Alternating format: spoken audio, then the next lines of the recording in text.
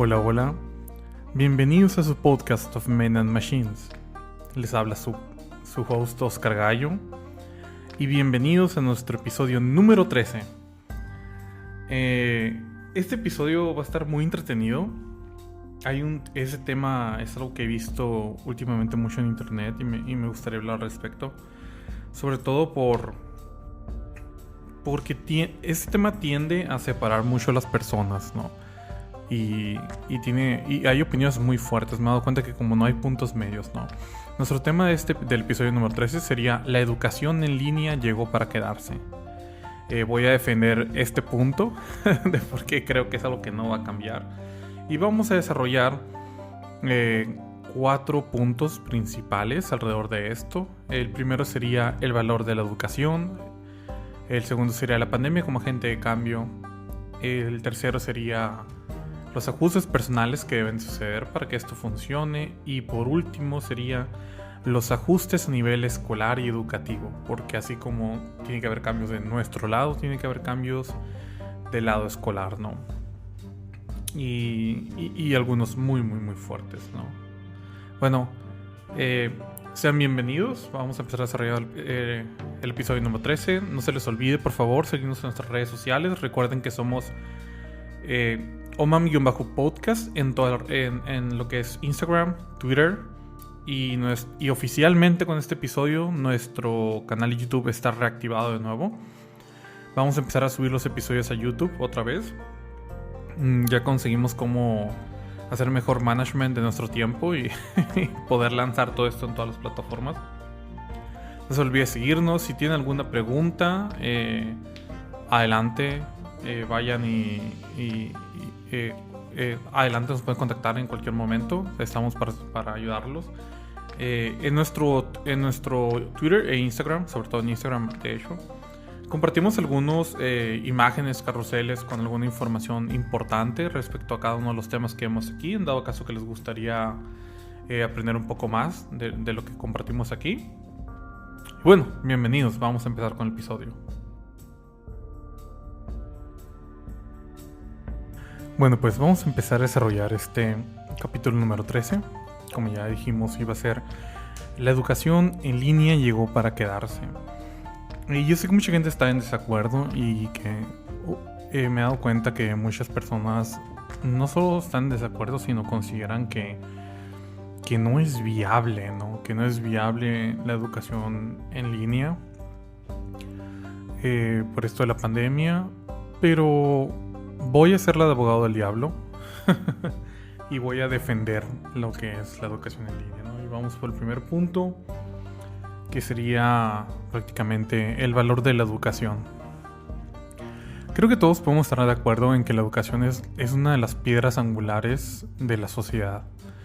La manera más fácil de sacar a un país tercermundista y progresar, ¿no? en un corto tiempo es invertir en educación, ¿no? Invertir en educación gratuita, invertir en educación que todos puedan tener acceso, una educación buena, de calidad. Así como Singapur, después de independizarse de Malasia, lo que hizo es invertir una cantidad enorme de dinero en educación para después poder invitar a otras empresas de fuera del país, ¿no? A que se movieran para allá. Y pues ahorita podemos ver cómo Singapur es una capital tecnológica enorme, ¿no? Y bueno, así como Singapur, la verdad es que hay muchísimos ejemplos parecidos de cómo la educación nos ayuda desde salir de la pobreza hasta sacar de la pobreza a un país entero, ¿no? Es una parte importante, es una parte que nos ayuda a cambiar culturalmente para mejorar un país. Es algo que nos ayuda de manera personal, de manera social, ¿no? Y simplemente provoca cambios, ¿no? De manera positiva. Y por ejemplo, en el punto contrario de esto, ¿no? Cuando hacemos la educación algo complicado, algo difícil de obtener, no hay manera de que algo salga bien, ¿no? cuando tienes a un país ignorante, obviamente son más fáciles de controlar, ¿no? Pero al mismo tiempo no tienes gente suficientemente educada, suficientemente preparada para poder mantenerse en el mercado, ¿no? Poder mantenerse competitivos, poder mantenerse activos, ¿no? Entonces genera problemas, pobreza, ¿no? Incluso podemos ver cómo esto cambió en países que eran sumamente pobres, como China, por ejemplo. Y cómo pues hoy ya son una potencia económica enorme, ¿no? Entonces, la educación es algo que debe estar disponible para todos. Y yo no creo que sea una opción, ¿no? Creo que debemos de aprender de estos países. Creo que debemos de mantener la educación como un derecho, no como una opción. Como un derecho que sea gratuita y que en toda Latinoamérica se mantenga de esta manera, ¿no? Porque no hay otra manera de salir adelante más que, bueno, prácticamente educación y creando buenas oportunidades, ¿no? Bueno, el segundo punto que quiero tocar es algo, lo veo como un efecto secundario y creo que siempre hay algo bueno dentro de las cosas malas, ¿no? Y el punto este sería, perdón, la pandemia como agente de cambio. Creo que en general esta pandemia ha sido muy mala para todos. Estamos en una de las depresiones económicas más grandes. Algunos países están en la depresión económica más grande de la historia de su país, lo cual no es algo fácil, ¿no? O sea, tenemos que darnos cuenta de que a lo mejor para algunos nos está yendo bien, pero la verdad es que la mayoría de las personas no. La mayoría de las personas están batallando día con día, ¿no? Y es un tema muy difícil de manejar, ¿no? Es un tema que prácticamente no hay país que haya salido intacto de esto, ¿no? Y hay una cantidad enorme de cosas malas, ¿no? Tenemos obviamente muertes, tenemos hospitales colapsados llenos de gente, tenemos países que ya tienen una segunda o hasta tercera ola de infecciones que no se ha podido manejar. Vaya, son tantas cosas que pues nunca terminaríamos de mencionar, ¿no? Pero algo de las cosas buenas que he notado es cómo esta pandemia generó una transformación digital, sobre todo en los países en los que no estaban acostumbrados a esa transformación digital, ¿no? Por ejemplo, a mí algo que me gusta mucho de Estados Unidos en general es cómo todo es 24 horas, cómo todo es actamente tecnológico, vamos a decirlo, ¿no? Como puedes desde Uber Eats comprar cualquier comida de lo que sea que quieras y en 30 minutos está en tu casa. Puedes comprar cualquier cosa con Amazon Prime y al siguiente día va a estar en tu casa, no importa qué quieras comprar, ¿no? Hay muchísimos puntos muy buenos que a lo mejor son muy consumistas, pero de alguna manera ha llevado a esta adaptación de la tecnología, ¿no? De cómo lo han aceptado. Pero en otros países del mundo, por ejemplo en Europa, la verdad es que la transformación digital no es nada buena. Latinoamérica es otra área en la que no hemos cambiado mucho, ¿no? Y por ejemplo a nivel gobierno, yo tuve un impacto un shock cultural muy grande al darme cuenta que el estado de donde yo soy, de Sonora, en el norte de México, tiene más innovación digital, tiene más transformación digital que países enteros en Europa, lo cual no tiene sentido para mí, ¿no? Voy a aceptar que el estado de Sonora en México ha hecho bastante cosas buenas en transformación digital. Por ejemplo, si necesitamos un acta de nacimiento, hay cajeros, así como cajeros automáticos de bancos, en el que uno va, pone su información, pone el dinero y se imprime ahí mismo tu acta de nacimiento, que es legal, válida y se puede utilizar para cualquier proceso. De la misma manera puedes imprimir en el mismo cajero ¿cómo se llama esto? De matrimonio también. Entonces tienes certificados de nacimiento, certificados de matrimonio en 5 minutos. En 5 minutos, ¿no? Y eso en la mayoría de los países europeos o en Latinoamérica, pues no es tan común. Otra cosa es que, por ejemplo, se pueden pagar los impuestos en línea. Hay firma electrónica. Hay algunos avances, ¿no? La firma electrónica no es un caso del Estado, ¿no? Es más del país. Pero sí me impresiona ver cómo mucha gente le daba miedo, ¿no? El hecho de que, por ejemplo, la mayoría de las personas aquí en México no entendían por qué es importante poder vender en línea, ¿no? Porque es importante tener su propia página de e-commerce donde puedan vender y abrirse a un mercado no solo local, pero nacional, ¿no? Es algo que les parecía hasta ridículo. No entendían, de hecho, el por qué tenían que pagar, ¿no? Por tener estos servicios. Era como que, pues no, o sea, mejor vendo en Facebook, ¿no? Y es bien difícil hacerle entender a una persona como esta que vender en Facebook no te diferencia de los otros 3 millones de vendedores o más que hay ahí al mismo tiempo vendiendo que tú lo mismo que tú, pues, ¿no? Obviamente el hecho de tener una tienda personal con tu logo es una manera de promover tu marca y que la gente conozca tu marca, ¿no? Pero gracias a esta pandemia me he dado cuenta que muchísimas tiendas locales ahora tienen página de internet, puedes pedir e incluso pagar por medio de la página. Me parece algo excelente. E incluso varias de estas páginas ya las he utilizado en lo que he estado por ahora aquí. Y he visto cómo esta pandemia ha forzado esa transformación digital que tanto se necesitaba. Esa transformación digital no nomás del lado de cómo compramos, porque obviamente hay algo muy fuerte ahí sobre cómo compramos, hasta cómo trabajamos. Muchísimas empresas todavía están batallando con esto de trabajar en línea, ¿no?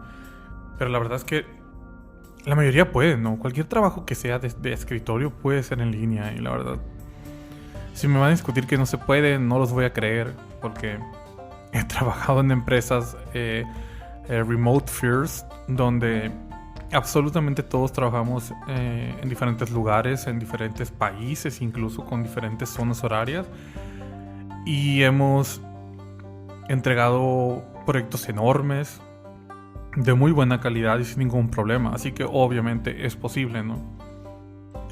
Y esos cambios han llevado a una innovación indirecta, vamos a decirle, ¿no?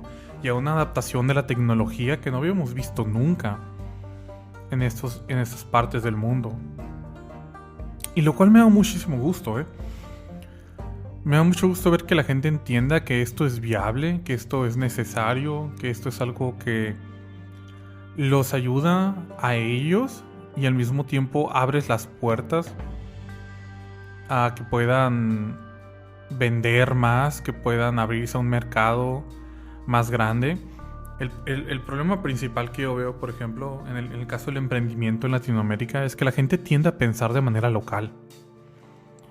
Tiende a pensar de manera muy, muy pequeña, ¿no? Mientras que en algunos otros lugares, ¿no? Como pues Silicon Valley, ¿no? En Estados Unidos, ellos entienden el mercado de una manera global, ¿no? Ellos entienden que no tiene caso venderle ropa a las, no sé, ¿no? A las 500,000 personas de tu pueblito, de tu ciudad, al millón de personas, lo que sea.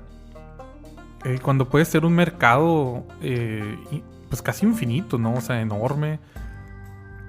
Y que todas esas personas se pueden volver parte de... pueden comprar, ¿no? Lo que tú estás vendiendo. Y no solo eso, incluso puedes tumbar barreras de lenguaje, ¿no? Con sitios multilingüaje, con todas estas... O sea, hay tantas cosas que podemos hacer que es bueno que al final se estén dando cuenta de que esta transformación no solo era posible, es necesaria y es por el bien de todos, ¿no?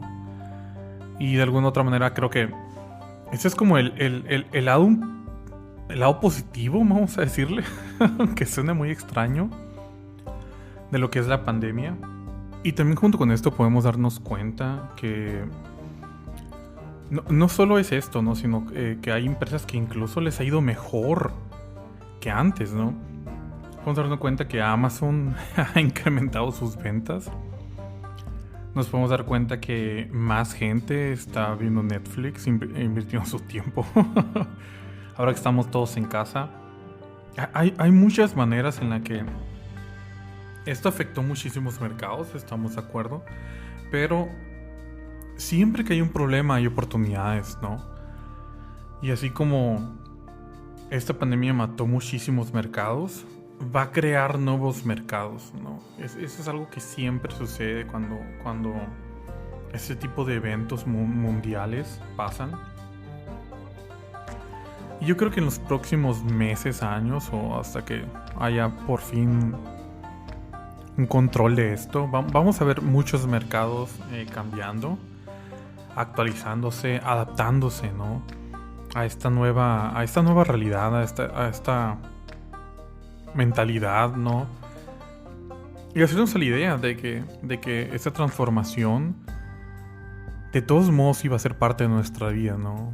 Más vale que agarremos la ola, ¿no? Ahora que está pasando de manera más rápida. Bueno, eso fue lo que sería, lo que yo considero que sería la pandemia como un agente de cambio y cómo ha empujado la transformación digital, la innovación digital.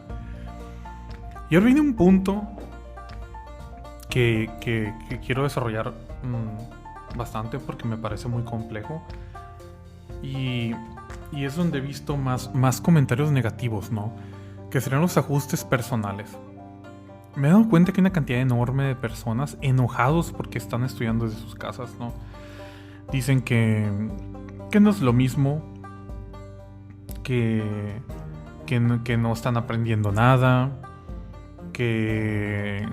Bueno, hay tantos comentarios de parte de estudiantes, padres, ¿no? Y en su gran mayoría negativos, ¿no? Y yo creo que todos esos comentarios son parte de 3 problemas, ¿no? Principales, ¿no? El primero, y ese es del lado de los padres, es que no quieren estar lidiando con sus hijos. Aunque les duela. Esa es la verdad. Es bastante cómodo poder agarrar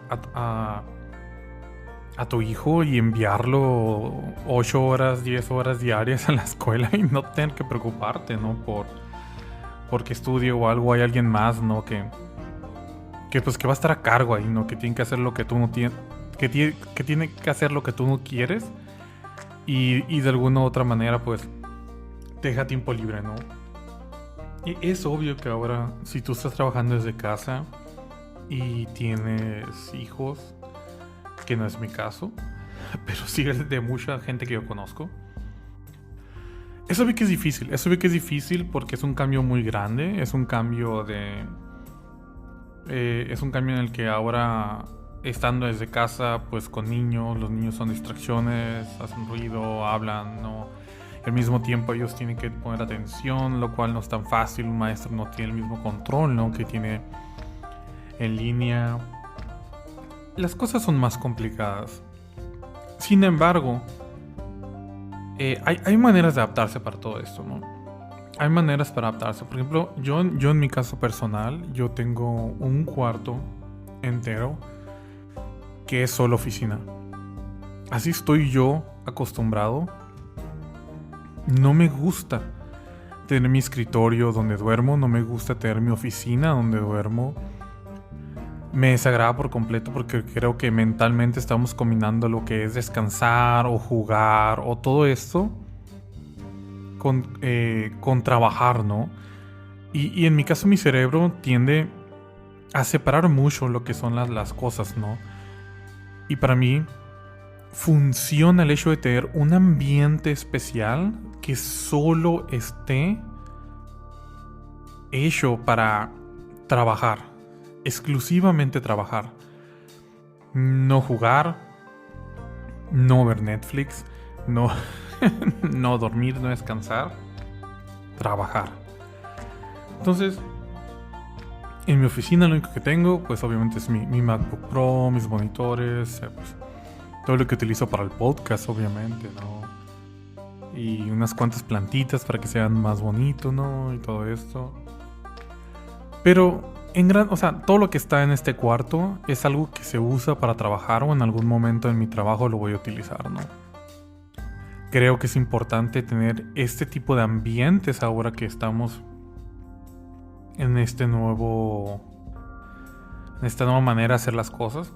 Entiendo que no todos tienen el espacio, que no todos tienen el dinero para separar espacios, ¿no? Y poder trabajar de esta manera. Pero la verdad es que no nos queda de otra. Tenemos que hacer un esfuerzo por generar espacios dedicados solo a estudiar y trabajar. Para que de esta manera el proceso educativo pueda pasar de una manera mejor. Para que pueda aprender uno mejor, para que pueda tener esos espacios en los que uno se mentaliza que estando ahí es para eso exclusivamente, ¿no? Así como cuando vamos a la escuela nos mentalizamos que es para eso, ¿no? Entonces, necesitamos buscar la manera. No necesita ser caro. Sinceramente no necesita ser caro, pero sí tenemos que buscar la manera de poder delinear, ¿no?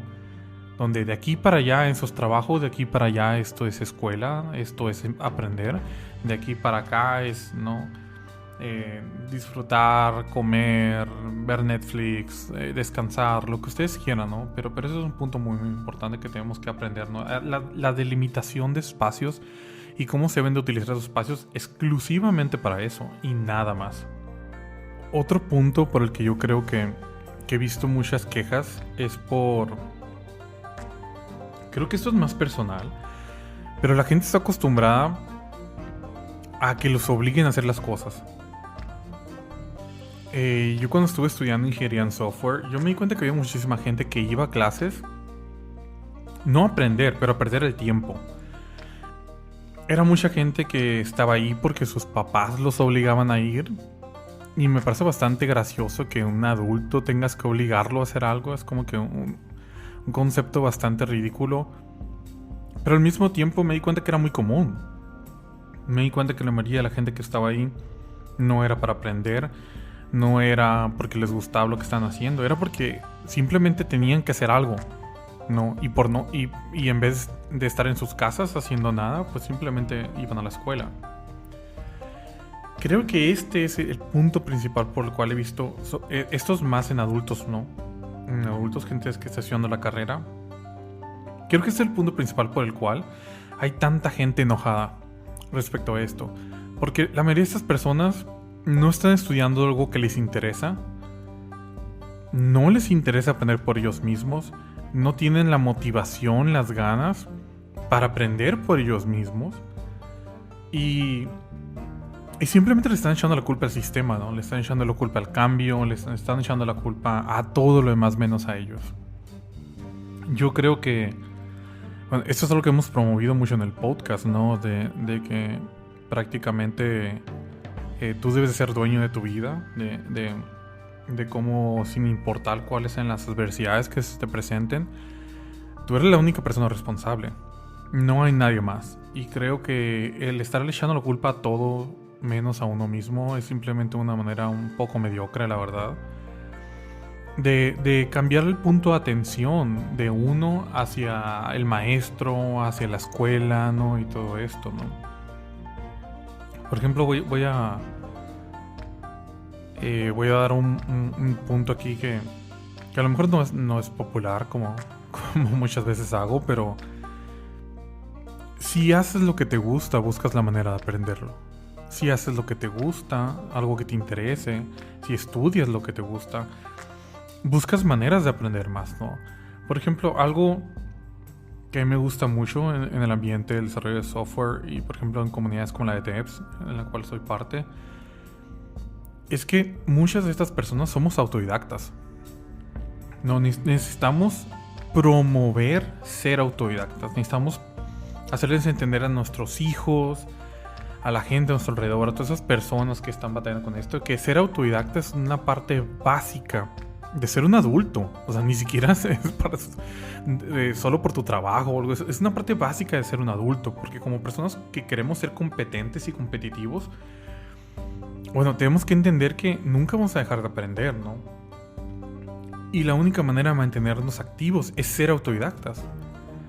Tenemos que aprender. Por nuestra parte, tenemos que... lo que un maestro te explique en una clase no es suficiente. Es una pequeñísima parte de lo que en realidad vas a utilizar cuando termines la carrera. Y es tan pequeña que posiblemente puedas aprender más incluso de tu parte, ¿no? Mientras yo agradezco el haber tenido profesores que me enseñaron cosas interesantes como Carrasco, ¿no? En lo que fue ambientes de Linux, por ejemplo. Mis respetos para él. Pues también había profesores que no sirven para nada, ¿no? O sea, siempre tenemos la dualidad esta, ¿no? De profesores buenos, profesores basura. Y como tal, no podemos simplemente echarle la culpa al profesor basura y decir, no, pero es que no me enseñó nada. Oye, ¿y qué tal lo que tú puedes aprender por tu lado, no? No puedes depender en que otra persona vaya a hacer las cosas bien. No se puede. Tenemos que comprender que los únicos dueños, los únicos responsables de nuestra vida somos nosotros. Y si no hay un ambiente que lo ayude a uno a prosperar, uno crea su propio ambiente. Esto no cambia en cuestión de clase en línea. Tenemos que entender que este proceso no se va a detener, no es tan fácil. Y de alguna u otra manera tenemos que buscar la manera de ser autodidactas, de promover ser autodidactas, ¿no? Enseñarle a los demás a ser autodidactas. Pero creo que este punto solo pasa si estás estudiando lo que quieres, si estás estudiando lo que te gusta. Si te parece difícil, si no te interesa aprenderlo, yo te recomiendo ampliamente que dejes la carrera que estás estudiando y te vayas a hacer lo que a ti te gusta. La vida es muy corta para vivir esperando el fin de semana. La vida es muy corta para esperar las 5 de la tarde y poder salir del trabajo. La vida es muy corta para vivir en desgracia y en miseria. Simplemente sálganse de la carrera si no les gusta y busquen su vocación, busquen su pasión, busquen lo que a ustedes les va a llenar, les va a gustar como persona, ¿no? Porque esa es la única manera en la que uno se vuelve bueno en algo. Es difícil ser bueno en algo que odias. Digo, no dudo que sea posible, ¿no? Porque todo es posible.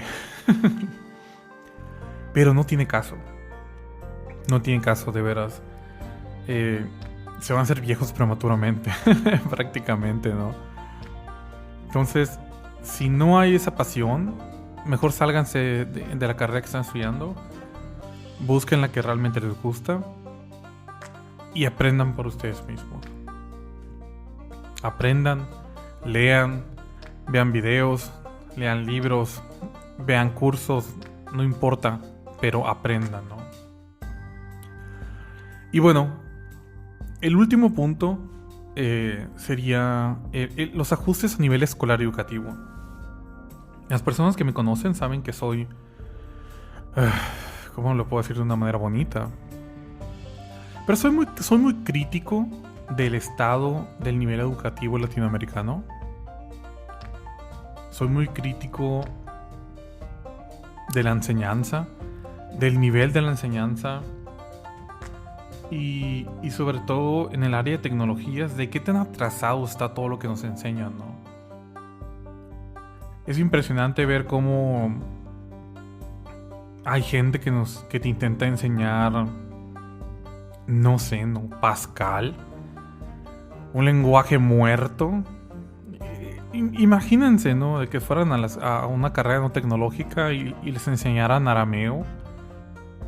Válgame, ¿no? La utilidad de aprender un lenguaje muerto es casi nula, ¿no? Te sirve más aprender inglés para poder hacer negocios que aprender un idioma muerto de esos, ¿no? ¿Puede ser entretenido? Sí, sí puede ser. ¿Es práctico? No, no es práctico. ¿Vale la pena invertir tu tiempo en eso? No, no lo vale. No lo vale. Hay muchísimas cosas más que aprender que sí son prácticas y que sí nos van a dar dinero, ¿no? Y el nivel educativo en general en Latinoamérica es muy malo. El nivel de los estudios que nos dan están muy, muy atrás. Nos enseña cosas básicas, importantes, como innovación, cómo comenzar tu propia empresa, cómo generar productos. Válgame, hasta impuestos, ¿no? O sea, que es un tema que como adultos tenemos que lidiar con él. Y sin embargo, no se nos habla de esto si no estudias, pues, contaduría, ¿no? Una carrera así. Es horrible ver cómo este rezago educativo no ha mejorado. No ha mejorado, ¿no? Y gran parte también de esto es culpa de los profesores, de estas personas viejas, con mentalidad de viejo, que no quieren un cambio, que quieren seguir en el mismo espacio, en la misma mediocridad, sin aprender nada nuevo, repitiendo una y otra vez como perico lo que ya han dicho por 15 años y que siga siendo funcional, ¿no? Ese tipo de profesores, si alguno me escucha en algún momento, mejor no den clases, por favor. La verdad es que están afectando más a sus alumnos de lo que ustedes creen. Yo creo que hacen eso porque no tienen una pasión realmente por enseñar, porque no tienen una pasión realmente por lo que están enseñando. No hay interés de parte de ustedes de mantenerse actualizados. Y es mejor que no trabajen en eso, mejor vayan a hacer otra cosa. Y bueno, los subpuntos que yo quiero tocar aquí serán los ajustes a nivel escolar y educativo. Creo que vamos a empezar por una. Esta a lo mejor no les agrada a las escuelas, pero tiene que ser reducción de costos. El hecho de tener un costo alto en la escuela, bueno, es usualmente porque tienes instalaciones las cuales cuestan, electricidad, toda la gente que tiene que estar trabajando para el servicio al lugar y todo esto. Cuando te vas cuando te mueves de eso a un ambiente remoto, la verdad es que todo ese dinero te lo estás ahorrando. La verdad es que no necesitas un ejército de personas para arreglar los jardines. No necesitas todos esos salones que tenías. No necesitas muchísimas de esas cosas, ¿no? De manera perfecta puedes reducir el nivel de personas que tienes trabajando en la escuela e incluso reducir el nivel de área de la escuela a la mitad, vamos a decir, o incluso más.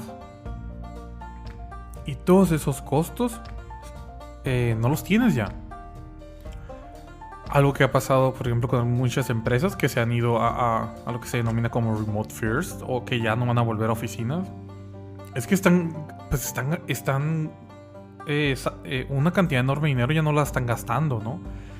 No están gastando en oficinas, no están gastando en electricidad, no están gastando en muchísimas cosas que gastarían cuando tendrían un espacio físico, ¿no?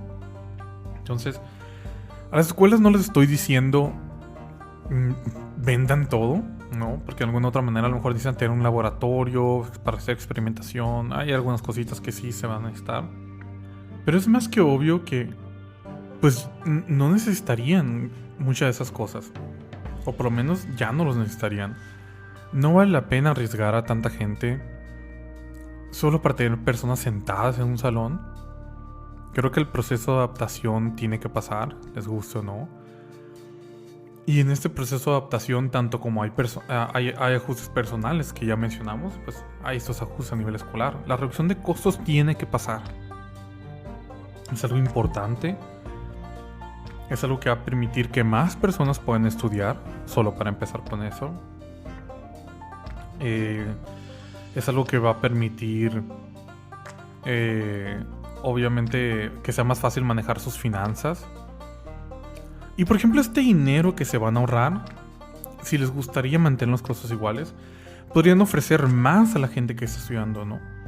Algo que, por ejemplo, a mí me gustaría ver es que, pues, ya que estamos en un ambiente virtual, donde todo esto pasa de manera de manera virtual. Creo que es importante que las escuelas puedan proveer a sus estudiantes con computadoras personales, ¿no? A las personas que no tienen acceso a una. Porque ahora es una herramienta básica, no es una herramienta general, pues no es una herramienta extra. Es la base de la educación, ¿no? Entonces, las escuelas podrían ahorrarse ese dinero de estar pagando un montón de gente, de estar pagando espacios enormes, e invertirlo en cómputo personal, laptops y todo esto, para poder dárselo a sus estudiantes y que estas personas puedan mantenerse estudiando y aprendiendo, ¿no? Obviamente. Pero no importa, que esta reducción de costos debe de pasar, ¿no? Mucha gente ha estado hablando de cómo es posible que Harvard no tenga reducción de costos, de los costos mensuales, ¿no? Quieren seguir cobrando lo mismo y sí, no tiene caso, ¿no? O sea, no hace sentido, ¿no? Cabe mencionar que esto no es porque el nivel de educación sea menor o porque sea peor tomar clase en línea. Esto es específicamente por la reducción de costos que tiene una escuela. La reducción de costos que va a tener al simplemente trabajar de manera remota. Y no nos hagamos tontos, la gran mayoría de los trabajos de oficina se pueden hacer de manera remota. No tiene mucho caso estar teniendo personas físicas en un lugar cuando pueden estar haciéndolo desde su casa. La verdad, ese es un punto muy mediocre que vemos mucho en el tercer mundo y sobre todo entre personas que no entienden que esto es real, ¿no? Que se puede hacer de esta manera. Pero tenemos que cambiar esa mentalidad, ¿no? Tenemos que cambiar a todas las personas y que vean que en efecto es viable, ¿no? Otra cosa que tiene que pasar, y esta es posiblemente la más urgente, son las plataformas nuevas que deben de existir ahora. Zoom no es suficiente. Las escuelas deben de tener plataformas donde todo el proceso de aprendizaje se puede hacer en línea de manera completa. Todo. Desde las videollamadas grupales hasta la asistencia, tareas, exámenes, todo. Todo. Hay algunas plataformas que nos puede dar con esto. No creo que ninguna cubra todas las necesidades que hay ahorita, pero creo que van por buen camino. Y creo que las escuelas es algo en los que deberían de invertir. No como un sistema general interno, pero como una plataforma en la que las demás universidades apoyen y hagan crecer entre todos, ¿no? Para así tener un mejor producto que les pueda ayudar a ejercer el proceso educativo de una manera mejor, de una manera más óptima, donde todos puedan aprender, ¿no? Donde todos tengan una manera de no solo de aprender, ¿no? Sino de entender, ¿no? Que hagan más fácil el proceso, ¿no? Que la experiencia del usuario a la hora de hacer todo esto sea sencilla, para que la gente que no está muy familiarizada con tecnología puedan en efecto usar el software de manera sencilla sin tener que leer una guía de cientos de páginas, ¿no? Sobre cómo usar algo, ¿no? Entonces, estas plataformas tienen que pasar, tienen que crearse, tienen que existir en orden para que el proceso educativo sea completo. Tenemos que entender que una llamadita por Zoom no es suficiente. Tenemos que entender que hay muchas cosas de por medio detrás. Y también tenemos que entender esto. Una plataforma de aprendizaje en línea, de cursos en línea, no es lo mismo que una plataforma escolar. Son dos cosas muy diferentes. Una plataforma para aprender como edX o todas esas plataformas de cursos, es un complementario, es un complemento de una plataforma educativa escolar. La plataforma educativa escolar, lo único que debe tener, o en lo que se debe enfocar, es simplemente en mover el proceso que se hace regularmente en la escuela, ¿no? El proceso regular de aprendizaje a una manera en línea. Es todo. Las plataformas de cursos no son para... son un complemento de estas plataformas escolares. No son un sustituto de ninguna manera, ¿no? Cabe aclarar. Y que no hay forma de que puedan llegar a ser un sustituto, ¿no? Simplemente son un complemento como tales, ¿no? Y bueno, el último punto que yo veo que tiene que pasar a nivel escolar educativo es que tenemos que acostumbrarnos a que todo va a ser, como dice en inglés, remote first, o primeramente remoto, ¿no? En el ambiente educativo siempre hay no es como decirlo, un lag, ¿no? Toma demasiado tiempo para el área educativa para entender que hay cambios en el mundo. Todos los procesos que se hacen, o por lo menos la gran mayoría de los procesos dentro de una escuela, pueden hacerse en línea. Todos. El registro de un usuario, iba a decir, pero pues no, de un estudiante. El registro de un estudiante puede ser en línea. El examen de admisión puede ser completamente en línea. Las clases pueden ser completamente en línea. Los libros se pueden compartir en línea. Las tareas se pueden compartir en línea. Los exámenes regulares pueden ser en línea por completo. La entrega de calificaciones pueden ser en línea por completo. Válgame, la gran mayoría de estos procesos, todos, absolutamente todos pueden ser en línea.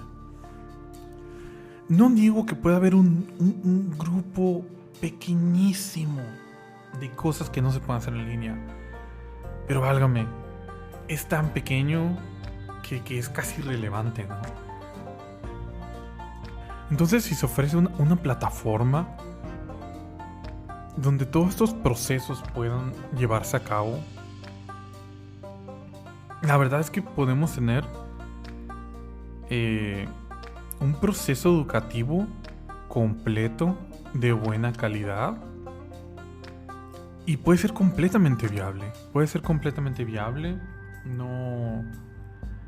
No hay nada que no se pueda llevar a cabo, ¿no? Y por ejemplo, yo les voy a hablar desde un punto de mi experiencia personal. Cuando estaba trabajando en FIU es una empresa de Arkansas, teníamos un equipo multidisciplinario muy grande, con gente alrededor de todo Estados Unidos, desde California, New York, Arkansas, Arizona, Texas, o sea, muchísimos lugares, pues, ¿no? Pues obviamente yo mexicano, ¿no? También estaba ahí. Teníamos gente en Europa, en Holanda, en varios países, pues, ¿no? Y todo esto, tener todas estas personas en diferentes zonas horarias era complejo, pero el desarrollo de productos era completamente viable. O sea, incluso con todas estas diferencias podíamos manejar lo que sería el construir un sprint, o prácticamente escoger las tareas que íbamos a hacer cada semana entre el equipo. Teníamos nuestras juntas diarias para decir qué fue lo que hicimos, ¿no? O que le llaman stand-up meetings. Podíamos tener colaboración, podíamos tener todas estas cosas con un equipo en diferentes zonas horarias. Ahora, por ejemplo, en la escuela el nivel de dificultad es mucho más bajo que eso, porque todos sus estudiantes van a estar en la misma zona horaria, van a entrar a una hora específica a la clase. Y solo con esto facilita muchísimo más, ¿no? Entonces, si desarrollos de productos digitales enormes, con equipos multidisciplinarios, ¿no? Donde tiene que haber tantas cosas, se pueden llevar a cabo, yo les aseguro que se puede aprender en línea. Yo les aseguro que podemos tener procesos escolares completamente digitales que funcionen para todos. Pero como ya dije, ese es un proceso de adaptación de dos pasos, ¿no? O de dos partes, ¿no? Este proceso de adaptación tiene que ser de manera personal y de manera escolar. Y ambos lados tenemos que estar de acuerdo que esta es la única manera en la que puede pasar. Y si realmente queremos que esto funcione, va a funcionar. No hay necesidad de poner más gente en peligro, no hay necesidad de aferrarnos a lo que ya tenemos. El cambio es una parte inminente de nuestras vidas.